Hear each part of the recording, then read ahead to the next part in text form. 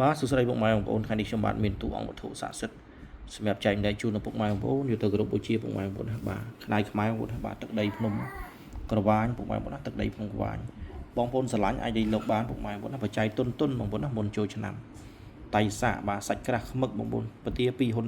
4ទៅលើក្រោមមកទឹក2ហ៊ុនចាស់បងប្អូនបាទសម្រាប់ចែកដែរជូនដល់បងប្អូនដែលមាននិស្ស័យទឹកដីភ្នំក្រវាញពុកម៉ែបងប្អូនបាទអង្គនេះទឹកដីប្រាសាទកំផែរាជាបាទតៃសាដូចគ្នាពុកម៉ែបងប្អូនបាទសាច់ឡើងផ្សិតបាទអាយុកាលយូក្រនហើយដែរចឹងណាបងប្អូនបាទ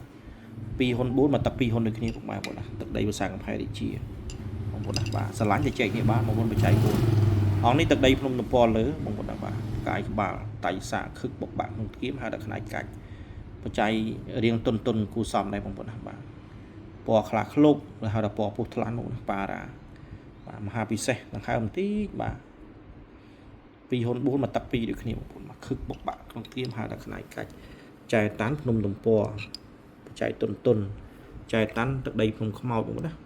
ស្រុកវាបាញ់ខេត្តពោធិ៍សាត់ដូចគ្នាអញ្ចឹងបងប្អូនស្រឡាញ់អាចលេខលោកបានបងប្អូនណាបាទខ្នាយដាក់រាជបាទជើង3ផ្កាយក្បាលបាញ់អត់ឆេះទឹកដីភ្នំខ្មោចបច្ច័យទុនពុកម៉ែបងប្អូនបាទអាយុកាល18ឆ្នាំនៅជាមួយខ្ញុំ2ឆ្នាំ20ឆ្នាំបងប្អូនណាប្រវត្តិបាននៅភ្នំពពកវិលបាទខ្នាយកាច់បាក់នៅក្បែរច្រាបបាទម្ចាស់លោកជាស្រីមេម៉ាយម្ចាស់ទូអង្គជាស្រីមេម៉ាយយើងបងនៅជាមួយគាត់18ឆ្នាំនៅជាមួយខ្ញុំ2ឆ្នាំ20ឆ្នាំប្រវត្តិធ្លាប់បាទខ្ញុំសាក់បាញ់អត់ត្រូវបងប្អូនណាបាទហើយដល់កាត់ចំការមានដកផ្សិតរសម្រងមិនដែលមានបញ្ហាទេគឺរបស់ស័ក្តិសិទ្ធិរបស់គាត់បងប្អូនណាល្បីតាមអ្នកភូមិមកក៏ខ្ញុំចែកជាវយកមកយូក្រនដែរអញ្ចឹងណាបងប្អូនអញ្ចឹងបងប្អូនស្រឡាញ់អាចលេខលោកបានបាទអង្គមហាពិសេសនេះបាទទឹកដីបាទអូជាប់បាទសំឡុកអូជាប់បងប្អូនណាបាទបុកជាប់ដើមឈើបងប្អូនមកតាមក្លិនបងបាទតាមក្លិនមកបាទបុកជាប់ដើមឈើនឹងច្រាបអង្គនេះដកមកភុចបាទស្អាតបងប្អូនណាបាទ2ហ៊ុនកន្លះបាទចិត្តមកទឹក3បងប្អូនណា2ហ៊ុនកន្លះបាទ2ហ៊ុនកន្លះពទាទៅលើក្រោមបាទក្បែរមកទឹក3អញ្ចឹងបងប្អូនស្រឡាញ់អាចលេខលោកបានអង្គនេះបុកជាប់ដើមឈើបាទទឹកដីសំឡូតអូជាប់បងប្អូនណាបាទនៅច្រាបតែម្ដងអញ្ចឹងបងប្អូនស្រឡាញ់របស់ខ្មែរធានាគុណភាពរបស់ល្អបងប្អូនណាបាទខ្ញុំបានធ្លាប់បង្ហាញជា2ជា3ដងហើយចឹងបងប្អូនណាប្រវត្តិហើយអង្គនេះបោះពុកធរនៅខាងទឹកដីថ្មបាំងខេត្តកោះកុងបងប្អូនណាបាទធ្លាប់ឆ្លងកាត់ការសម័យសង្គ្រាមតាំងពីគាត់នៅក្មេងរហូតមកដល់សម័យកាលនេះក៏ខ្ញុំធ្លាប់វរណាលោកសំសាក់បាញ់បងណាបាញ់ក្របពិតបាទ